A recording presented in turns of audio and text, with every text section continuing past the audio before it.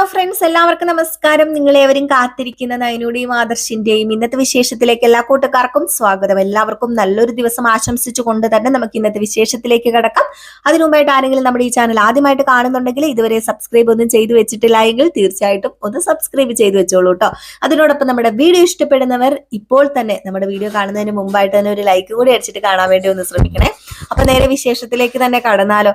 അങ്ങനെ നമ്മുടെ നന്ദുവും കനകയും തിരിച്ചു വീട്ടിലെത്തിയിരിക്കുകയാണ്. നന്ദുവിനെ എടുത്തിട്ട് പൊരിക്കുകയാണ് കേട്ടോ. അപ്പം നമ്മുടെ നന്ദു ഇവിടെ നിന്ന് രാവിലെ ജോഗിങ്ങിന് പോയത് അവിടെ അനിയുള്ളത് കൊണ്ടാണ് എന്ന് കനകയ്ക്ക് മനസ്സിലായി. അപ്പം ആ കാര്യം ഗോവിന്ദനോട് ചെന്ന് പറയുന്ന ഒരു സീനാണ്. അങ്ങനെ ഗോവിന്ദനോട് പറയാണ്, ഗോവിന്ദേട്ടാ, ഇവള് നമ്മൾ ഉദ്ദേശിച്ച ആളൊന്നും അല്ല, ഇവള് പഠിച്ച കള്ളിയാണ്, ഇവള് വലിയ പോലീസ് ഓഫീസറൊക്കെ ആണല്ലോ, എന്നിട്ട് ഇവള് ഇന്ന് ചെയ്ത് എന്താണെന്ന് ഗോവിന്ദേട്ടൻ അറിയാമോ എന്ന് ചോദിച്ചപ്പോ ഇവളെന്താ ചെയ്തത്? ഇന്നിവള് രാവിലെ ഇവിടെ ഓടാനാന്ന് പറഞ്ഞ് ഇറങ്ങിയില്ലേ? അതെ, അനി വിളിച്ചിട്ടാ, അവൻ അവിടെ ഉണ്ടായിരുന്നു ആ ഗ്രൗണ്ടില്, അവനെ കാണാൻ വേണ്ടിയാ ഇവള് പോകാൻ തുടങ്ങിയത്. എന്തോ ഒരു ദൈവഭാഗ്യം എന്ന് വേണമെങ്കിൽ പറയാം. ഇവക്ക് എന്തിന്റെ കേടായത്? ഇവക്ക് ഏറ്റവും യോഗ്യനായ ഒരാളെയല്ലേ നമ്മൾ കണ്ടുപിടിച്ചിരിക്കുന്നത്. അതും ആ CIക്ക് എന്താ ഒരു കുഴപ്പമുള്ളത്? കാണാൻ നല്ല സുന്ദരൻ, അതുപോലെ വിദ്യാഭ്യാസം, യോഗ്യത, ഇവളുടെ സ്റ്റാൻഡേർഡിനനുസരിച്ച് തന്നെയുള്ള, ഇവളുടെ ജോലി മനസ്സിലാക്കാൻ ഉള്ള രീതിയിൽ തന്നെയുള്ളൊരു ജോലിയല്ലേ അയാളുടെയും. അതൊക്കെ മനസ്സിലാക്കിയിട്ട് കൂടെ നിന്ന് എങ്ങനെയെങ്കിലും വിവാഹം നടത്താനുള്ളതിന് ഇവള് വീണ്ടും തേടി പോയിരിക്കുക മറ്റവനെ. അപ്പോഴത്തേക്ക് നമ്മുടെ ഗോവിന്ദൻ പറഞ്ഞു, എന്താ മോളെ ഇത്? നീ എന്താ ഈ കാണിക്കുന്നത്? ചേച്ചിമാരും അമ്മയും അച്ഛനും ഒക്കെ നിന്നോട് ഓരോന്ന് പറഞ്ഞു തരുന്നതല്ലേ, പിന്നെ എന്തിനാ നീ ഇത് ആവർത്തിക്കുന്നത്? ഇനി ഒരിക്കലും ഇത് ആവർത്തിക്കാൻ പാടില്ല. കാരണം നിന്റെ വിവാഹം തീരുമാനിച്ചു വെച്ചിരിക്കുകയാണ്. അയാൾക്ക് എന്താ കുഴപ്പമിരിക്കുന്നത്? അയാൾ നിന്റെ കൂടെ ജോലി ചെയ്യുന്ന ആളല്ലേ. നിന്നെ ഒരുപാട് ഇഷ്ടമായിട്ടല്ലേ ഇവിടെ വന്ന് എന്നോടും നിന്റെ അമ്മയോടും പെണ്ണ് ചോദിച്ചത്. അങ്ങനെ ഒരു അന്തസ് അയാൾ കാണിച്ചില്ലേ? നട്ടലുള്ളവനാണ്.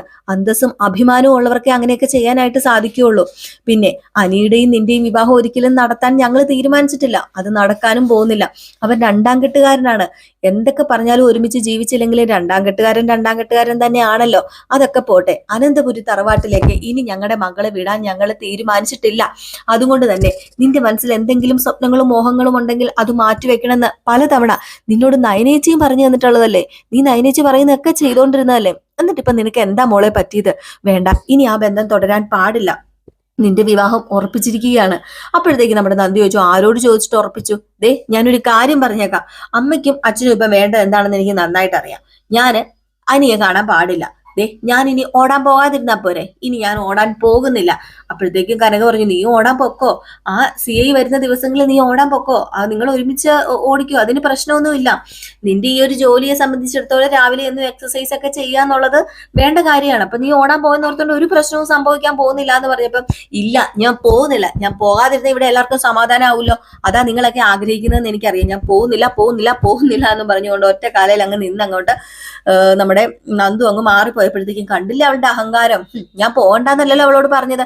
അവളോട് ഞാൻ പോകണ്ടെന്ന് പറഞ്ഞിട്ടില്ല. എന്നിട്ടേ ഇപ്പൊ അവള് പോകണ്ടെന്ന് ഉദ്ദേശം എന്താണെന്നറിയാമോ? ആ സിയുടെ കൂടെ അവൾക്ക് ഓടാൻ പറ്റില്ല. അതുകൊണ്ട് സിയനെ അവൾക്ക് കണ്ണിന് കണ്ടുകൂടാ. ഇപ്പോഴും അവളുടെ മനസ്സിൽ അനി മാത്രമേ ഉള്ളൂ. അനിയനെ അസ്ഥിക്ക് പിടിച്ചിട്ടിരിക്കുക.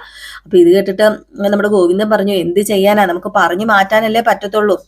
അവൾക്ക് എന്തുകൊണ്ടും നല്ലൊരു ബന്ധം തന്നെയായത്. ഇനി ഇതുപോലൊരു ബന്ധം കിട്ടണമെന്നുമില്ല. അവളുടെ ആ ഒരു ജോലിയും അതുപോലെ തന്നെ അവളുടെ അവസ്ഥയൊക്കെ അറിഞ്ഞു പെരുമാറുന്ന ഒരു ഭർത്താവിനെ കിട്ടുക എന്നുള്ളത് നല്ല കാര്യം തന്നെയാണ്. അത് അവൾക്കത് മനസ്സിലായില്ലേ, പിന്നെ ആർക്ക് മനസ്സിലാകാനാണ്?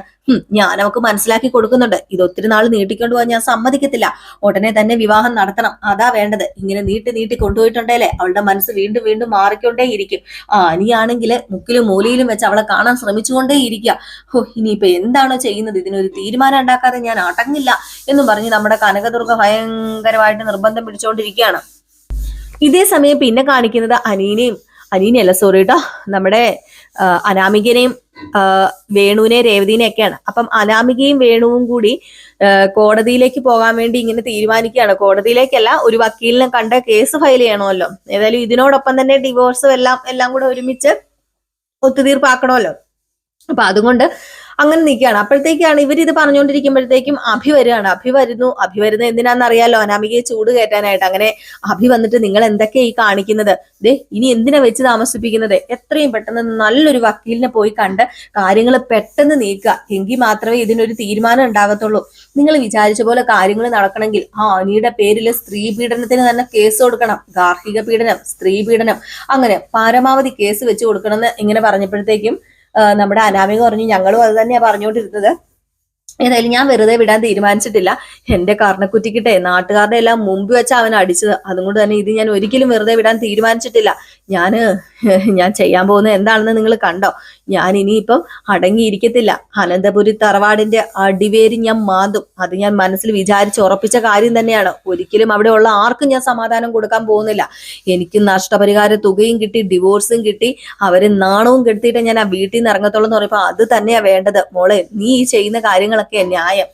അവരെല്ലാം വിചാരിച്ചുകൊണ്ടിരിക്കുന്നതേ നിനക്ക് ഇതൊന്നും അറിയില്ലെന്ന. നീ നിന്റെ ബുദ്ധി ഒന്ന് കാണിച്ചു കൊടുക്കണം. പിന്നെ നിന്റെ അച്ഛൻ നിന്റെ കൂടെ ഉണ്ടല്ലോ. ഞാനൊരു നല്ല വക്കീലിന്റെ നമ്പർ തരാം. ആ വക്കീലിനെ തന്നെ പോയി കാണുക. ആ വക്കീല് ബാക്കി എല്ലാ കാര്യങ്ങളും പറഞ്ഞോളൂ എന്ന് പറഞ്ഞ് നേരെ വക്കീലിന്റെ അടുത്ത് അനാമികയെയും വേണുവിനെയും കൂടെ പറഞ്ഞു വിടുകയാണ് അഭിയം. ഏതായാലും അഭിക്ക് ചെറിയൊരു ആശ്വാസമായി. അനന്തപുരി തറവാട് തകർന്നു കാണാൻ ആഗ്രഹിക്കുന്ന ഒരാളാണല്ലോ അഭിയ. ഏതായാലും അഭി ഇത്രയൊക്കെ ചെയ്തിട്ട് അങ്ങ് പോവാണ്. പിന്നെ ഇവർ അനാമികയും വേണുവും കൂടി നേരെ വക്കീലിനെ കാണാൻ ചെല്ലുന്നു. അങ്ങനെ വക്കീല് കുറച്ച് വീരൻ തന്നെയാണ് കേട്ടോ. അപ്പൊ ആ വക്കീല് പറയണം, ആദ്യം തന്നെ നിങ്ങൾ ചെയ്യേണ്ടത് ഒരു പെറ്റീഷൻ കൊടുക്കുക എന്നുള്ളതാണെന്ന്. അപ്പൊ അതിനു മുമ്പ് അഭി പറഞ്ഞായിരുന്നു കേട്ടോ, നമ്മുടെ അനിയോട് ചെറിയ വൈരാഗ്യമുള്ള ഒരാളാണ് അവിടെ ഇരിക്കുന്നത്. പുതിയ CI കുറച്ച് വൈരാഗ്യമുള്ള ആളാണ് അനിയോട്. നന്ദുവിനെ വിവാഹം കഴിക്കാൻ പോകുന്ന പയ്യൻ, അതുപോലെ തന്നെ ഇവരുടെ ബന്ധങ്ങളൊക്കെ അറിയാവുന്നൊരു പയ്യനാണ്.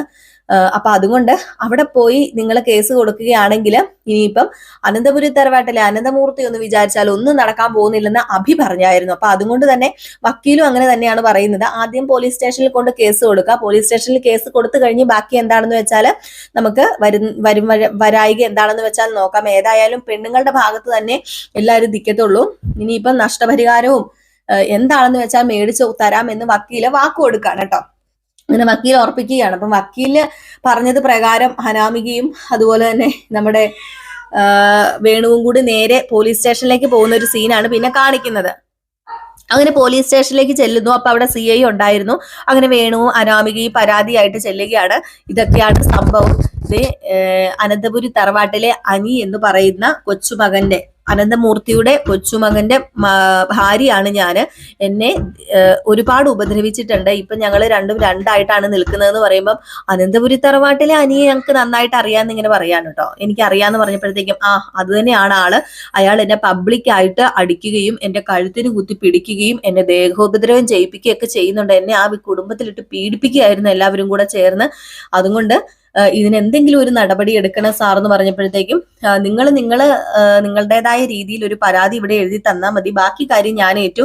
അല്ല, അനന്തപുരി തറവാട്ടിലെ മൂർത്തി സാറിനെ അറിയായിരിക്കുമല്ലോ, നല്ല പിടിബലം ഉള്ള ആളാണ്. അപ്പൊ അതുകൊണ്ട് തന്നെ ഞങ്ങൾ കേസ് കൊടുത്താലും ചിലപ്പോൾ അത് തേഞ്ഞു മാഞ്ഞു പോകാനാണ് സാധ്യത എന്ന് പറയുമ്പോൾ അങ്ങനെയൊന്നും ഉണ്ടാവില്ല. തേഞ്ഞു മാഞ്ഞു പോകാനൊന്നും പോകുന്നില്ല. ഇവിടെ ഞങ്ങൾ സത്യസന്ധമായിട്ട് തന്നെയാണ് എല്ലാ കാര്യങ്ങളും ചെയ്യുന്നത്. നീതിക്ക് നിരക്കാത്ത ഒന്നും ഞാൻ ചെയ്തിട്ടില്ല, ഇതുവരെ ചെയ്തിട്ടില്ല, ഇനിയോട്ട് ചെയ്യാനും പോകുന്നില്ല.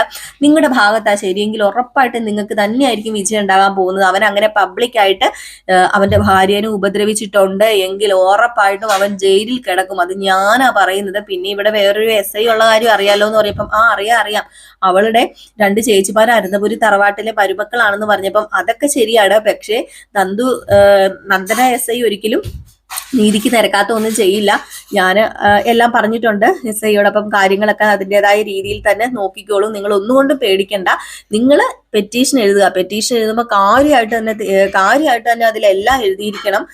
അവിടെ വെച്ചുണ്ടായ അനുഭവങ്ങളും പീഡിപ്പിച്ചിട്ടുണ്ടെങ്കിൽ പീഡനങ്ങളും ഗാർഹിക പീഡനങ്ങളും, അതിപ്പോ അമ്മായിയമ്മയാണെങ്കിലും അമ്മായിയപ്പനാണെങ്കിലും എല്ലാ കാര്യങ്ങളും വ്യക്തമായിട്ട് അതിൽ എഴുതിയിരിക്കണം. എങ്കിലേ കേസ് മുറുകുമെന്ന് പറഞ്ഞപ്പോഴത്തേക്ക് ഒരുപാട് നന്ദിയുണ്ട് സാറേ. നിങ്ങളെപ്പോലെയുള്ള പോലീസുകാരാ ഞങ്ങൾക്ക് ആശ്രയം എന്ന് പറയുന്നത്. നിങ്ങളെപ്പോലെയുള്ള പോലീസുകാരുള്ളത് കൊണ്ടാണ് ഞങ്ങൾ പാവങ്ങൾ രക്ഷപ്പെട്ടു പോകുന്നു എന്നൊക്കെ പറഞ്ഞ് ഭയങ്കര അതിവിനയം കാണിക്കുകയാണ്.